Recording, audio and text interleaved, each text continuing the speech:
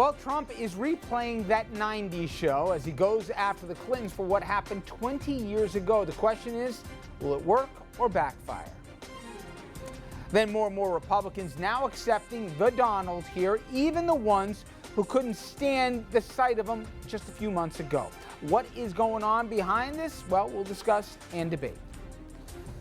Also, a retired NYPD detective here on set to discuss all things policing, including the acquittal of a cop in the Freddie Gray trial in Baltimore. Also, a man tased to death while handcuffed by the cops in Georgia. The video going viral and raising a whole lot of questions.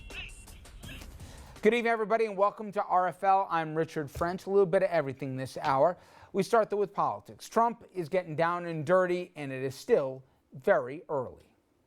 Overnight, Donald Trump claiming he has no other choice but to go after former President Bill Clinton's sex scandals. You know, they're dirty players. They've been dirty players historically, and I have to fight back the way I have to fight back. Trump posting this video on Instagram. I was very nervous. That's the voice of Monica Lewinsky. The image, Bill Clinton smoking a cigar.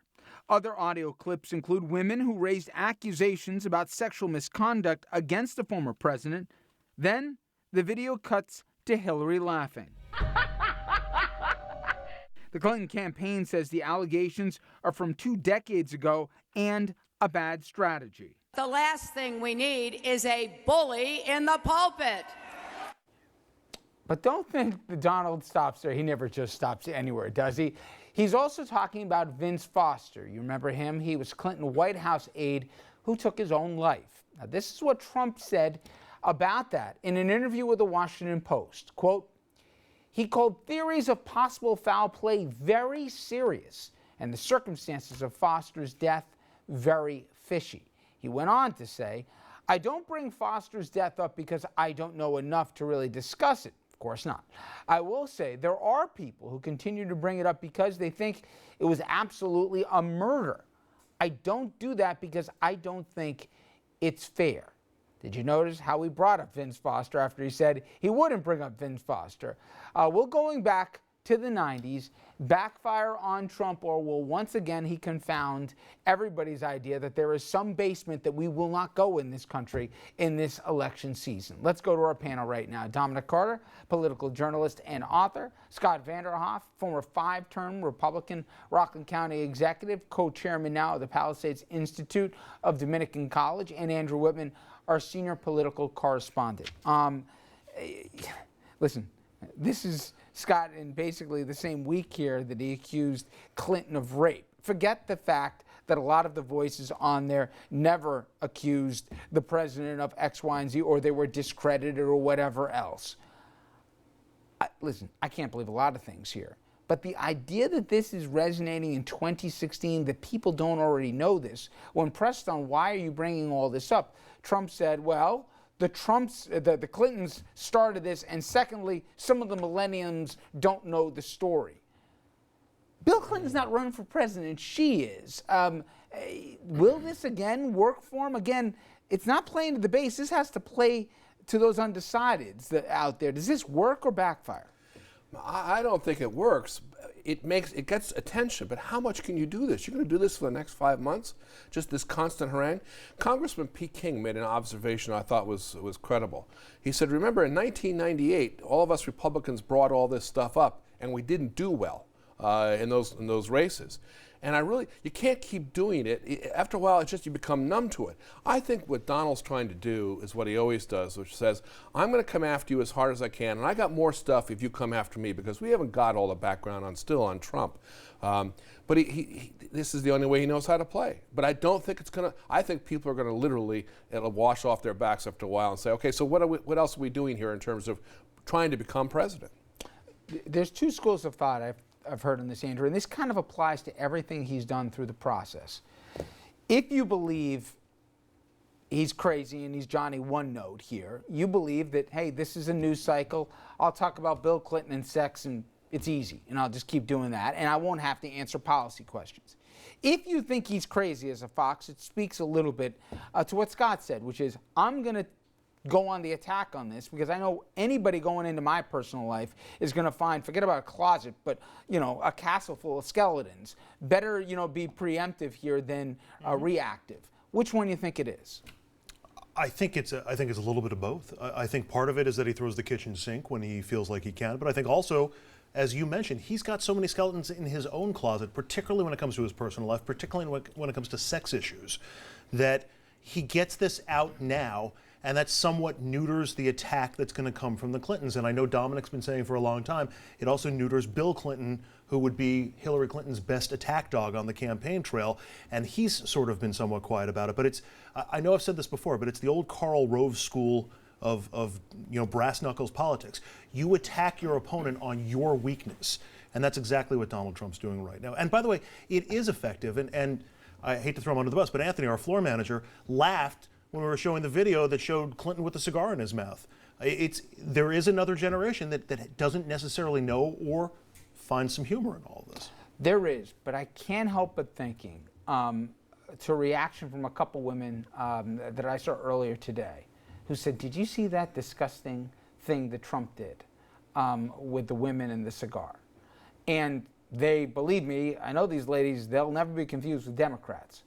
The point is, there is a line that people want to be entertained now. That's almost part of the compact. And you know what? Shame on us, me. I'm speaking about me personally here. I consciously was saying, do I even show the stupidity of this ad here?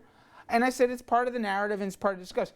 But he's played us all for chumps. I played that spot. He didn't pay me to run it. I played part of that spot for free. A kid in an AV class in high school could have made that ad. There was no political genius with that. You have a cackling laugh and a cigar. Literally, it's the most juvenile thing I can come up with. But he gets everybody to respond to it, and we play it.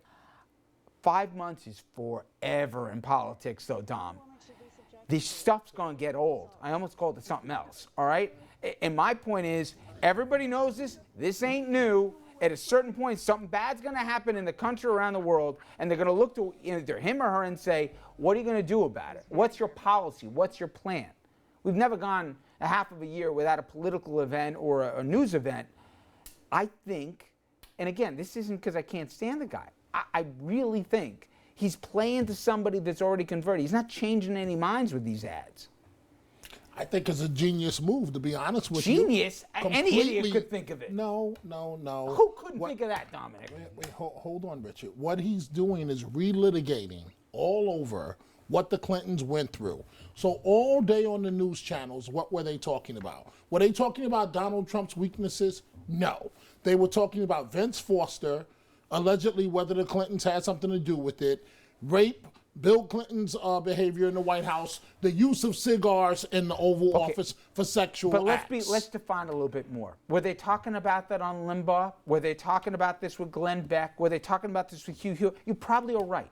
But I don't think one listener of any of those shows was ever contemplating, even in a parallel universe, voting for Hillary Clinton. What I'm talking about are the two ladies who don't have an R or a D next to them are committed.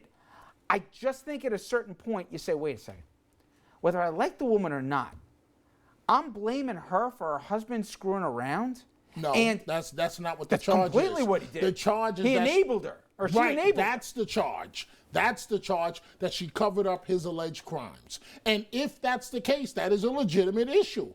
And you're seeing more. How is it legitimate? Richard, if she covered up his crimes. What crimes? By, if I don't know if it's accurate. Just be specific. Okay.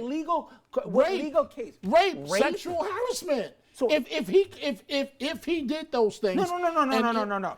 Dominic, I'm saying I don't have any evidence to prove that he did those things. This is 20-something years old. Okay, right, but it's old to you. It's not old to everybody else. But you make it sound like it's a legitimate case. It is a legitimate issue. Just like President Obama, which remember what Trump said.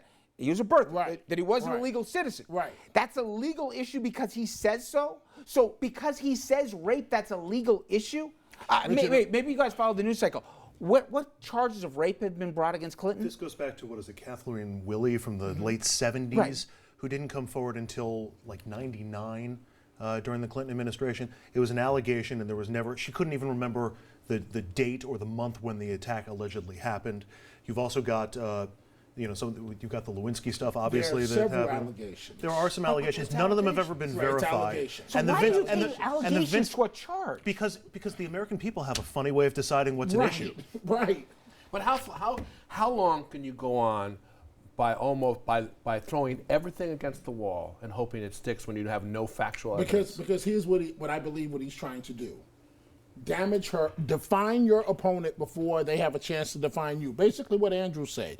Throw her on the ropes, which is working. She is on the ropes. But they hate him even more than they hate her by every single poll in this country. And then who's that? You said the American people? Yes. Okay, His unfavorables are higher than any other candidate in the history of campaigns at this point. His goal is to narrow that gap. Right, And he can either make himself more likable, which I don't know if he knows how to do that, so he's going to make her less likable. Despite the fact that I have been wrong about Trump for a full year, okay, plus, by August, this is not news anymore. Okay, but what I was just trying to say is, once he defines her and he's hoping that he takes the lead in the polls, that she'll never be able to recoup and come back. That's what he's hoping. And I believe it might be quite effective. Okay, well, I'll say two things that I think, at least if history is a guide to anything. One is, you said it yourself. You can do this for so long. But at a certain point, I don't think the American public's as stupid as you think they are, okay? I didn't say they were stupid. They have to be sibling morons if they think something from 1977 that the husband didn't even allegedly do, there's been never a charge filed, okay, is going to be the determining factor in how they pull a lever, one. Two is, I know every single campaign that I've ever covered, at a certain point, they actually ask, what are you going to do if you're president? To this point, all I know is he's going to build a wall that Mexico's going to pay for, and he's going to be able with telepathy to see if you're a Muslim that he'll bar you from the country, and that he'll be able to magically create jobs across this country while lowering taxes and also, by every economist, putting about $10 trillion in debt.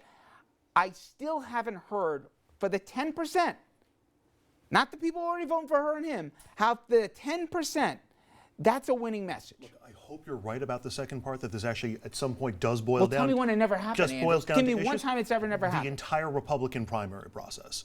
That's the answer. I'm talking about a general election. I understand that. It hasn't happened yet, and I'm hoping you're right, and then we wind up focusing on the issues. As to your first point, no, I don't think people are going to pull the lever based on this, but it's cumulative. You build and you mar your opponent little by little so that doubt creeps back into the voters' minds, and they get reminded, if nothing else, they get reminded of the drama that wasn't policy or country related in the 90s and think, do we really want that again? Do you think any of that's new, though? Well, not only that, but I mean, unfortunately, you hit it.